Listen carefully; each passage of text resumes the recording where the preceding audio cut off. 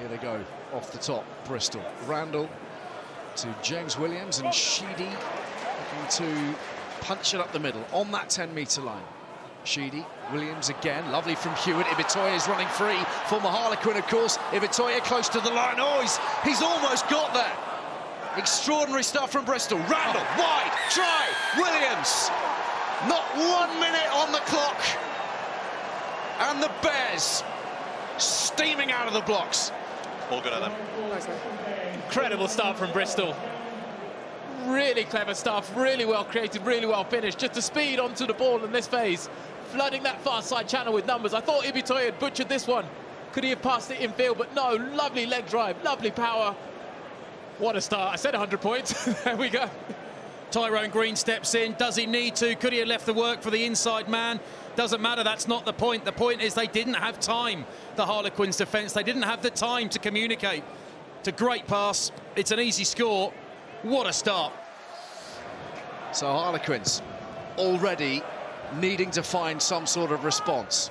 Up goes Bernhard Janse van Rensburg, who this week was named April's Player of the Month.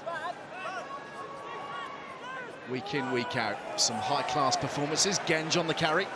Big carry, big shot by Finn Baxter. Two English loose heads probably competing for the same shirt this summer. Bit of venom. Well, little doubt about the way Bristol have come to play, but little doubt about the serious nature of the defending on that occasion from Harlequins. Well, the thing about Bernhard Janse van Rensburg, Topsy, is you've got to properly hit him if you want him to stop. And the thing about Chandler Cunningham South is he properly hits everyone. Absolutely, and they'll both know each other really well from their time together at London Irish. So Janse van Rensburg has definitely felt that one. He's had the wind knocked out of him. This does not look promising for Bristol. I mean, this is big. This is really big because he's not only the Gallagher Premiership Player of the Month last month, he's the best player in this team for me, the most important player, and he's coming off. 39% of the time, inside the opposition 22, they come away with a try. Not so the last time they were here. Quick ball from Kerr, Esterhazen on a trademark line. Kerr again, Dombrandt, Cunningham South! That's how it's done. You want clinical, call for Chandler. Quins go to the front again. That's not the ball you normally use to play. Bristol, look at them, they all think they're going to maul. They're caught by surprise a bit. The hands from Kerr are fantastic and quick. Esterhazen, massive unit. Dombrandt, massive unit, holds defenders. Chandler Cunningham South, massive unit in the space outside the defenders who are worried about Dombrandt. It's well considered. It's caught Bristol off guard because it was front line out ball. They thought they were going to drive and didn't. Very good attack from Quins. Thacker, Dunn, Randall, Sheedy, Williams to Hewitt. Randall again, fizzing around the ruck and creating a bit of space for Harding. Batley's done well off the deck to Luatua. This is trademark Bears stuff. Vakatawa finds Randall, and now they look to find the edge. Batted onwards from Sheedy. Genge throws the dummy. Oh my goodness! That's outrageous! It's crazy. It's outrageous! And it's also very fortuitous for Ellis Genge that he managed to pull that off. Men queuing to his left, but Genge was intent on one thing, and the job was done. There's a little bit of footwork you can't quite see in the offload. Takes out two players. The offload was fantastic. It's the second time he's done it. He's a class act. He backs himself, backs his footwork and power. What a score, fantastic. Luatua just quietly in the middle there, the class act. Close to the line, and those tackles raining in. Fitzharding to the fore for Bristol. Ibitoye similarly now. And Harlequins looking to be patient through their phase play. Here's Baxter. Kerr, short range, and three Bristol men to meet him. Dombrandt assessing the various options, and he's tumbling over the top. The challenge from Vakatawa. A grounding has been seen by the assistant referee on the far side of touch. Adam, it looks like he's just continues driving through. Here's your best angle. So the knee is never on the ground, so there's no tackle complete. It's now just down to the grounding. So we've definitely got a grounding on the field, Tom. OK, if you've got a grounding, there is no compelling evidence to overturn, so stick with your on-field decision. The try is awarded to Alex Dombrandt, and Harlequins with their second of the afternoon.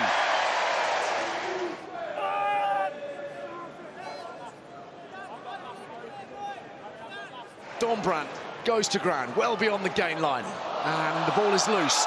Ibitoye's onto it. Now then, Green is chasing after him, and Ibitoye just strides clear, untouched, for Bristol's third of the afternoon. Harlequins a little bit sloppy in the midfield, and it's the Bristol smiles we're seeing now. Well, just in that moment, you see a snapshot of how things can change. Ibitoye, he's under all sorts of pressure here because Harlequins' first phase is so good, but his positioning in defence causes the indecision of the pass. It goes to floor, he picks up the scraps, then it's a foot race. Can Green or Smith get back? No, they can't. Lovely stuff. Well done, Ibitoye. He saved this team conceding a try and gets one of his own. Randall being harassed by Kerr. Lovely little battle, that one, at 9.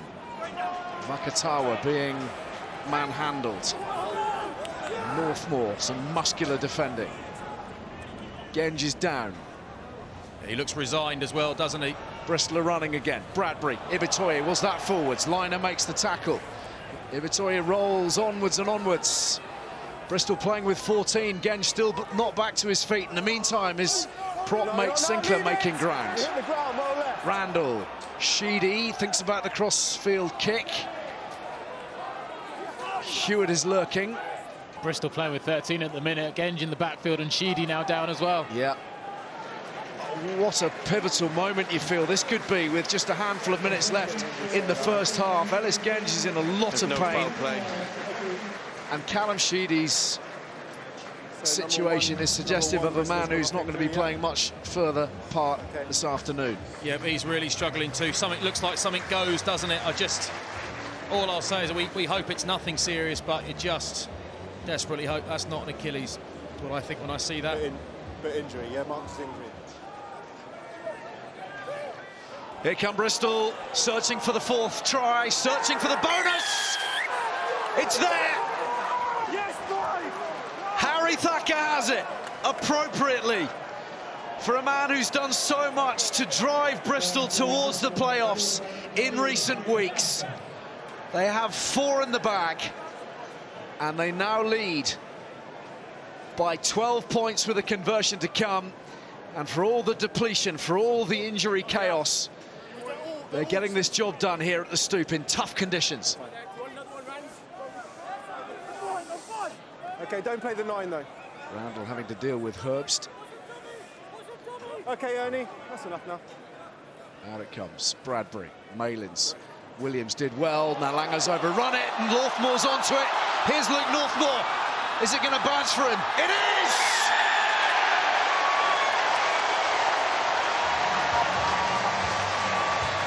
Brilliant opportunism. You can't fault it. How well has he done there, Luke Northmore? How well. Super skill level composure. That wasn't great. That was not good execution from Bristol. The reshuffle is showing. Hasn't shown yet, it's showing now. Brilliant under a lot of pressure from Northmore. Great score. We say goodbye to Will Collier. His 13th season here. Levis goes to ground. And they're at it again from close range. Porter pops it to Baxter. Quinn's players flood to the right. You got the advantage, OK? Dombrandt again for Harlequins. They want their bonus point now.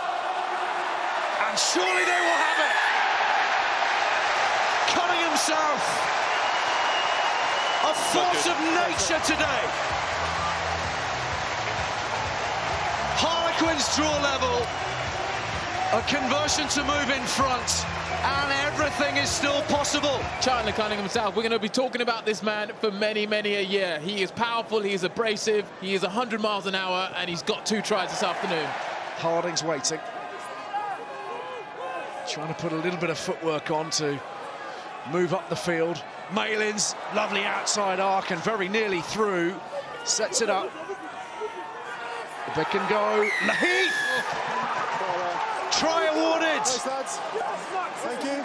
Cheers, Muscular stuff off the bench from Max Laheath. It is try number 5, and Bristol, who've had to deal with an awful lot this afternoon in terms of injuries and disruption. It's all in the eyes. It's all in the eyes. Well, he's known when the try line is over the last couple of weeks. Max Laheath getting another score, but it was this by Max Malins, just to fade on the pass, to get outside Will Joseph. So from static ball, all of a sudden they generate a bit quicker ball. Go, go, go. You've got support with you. Tries good. That could be a big score. Here's Malins for Bristol.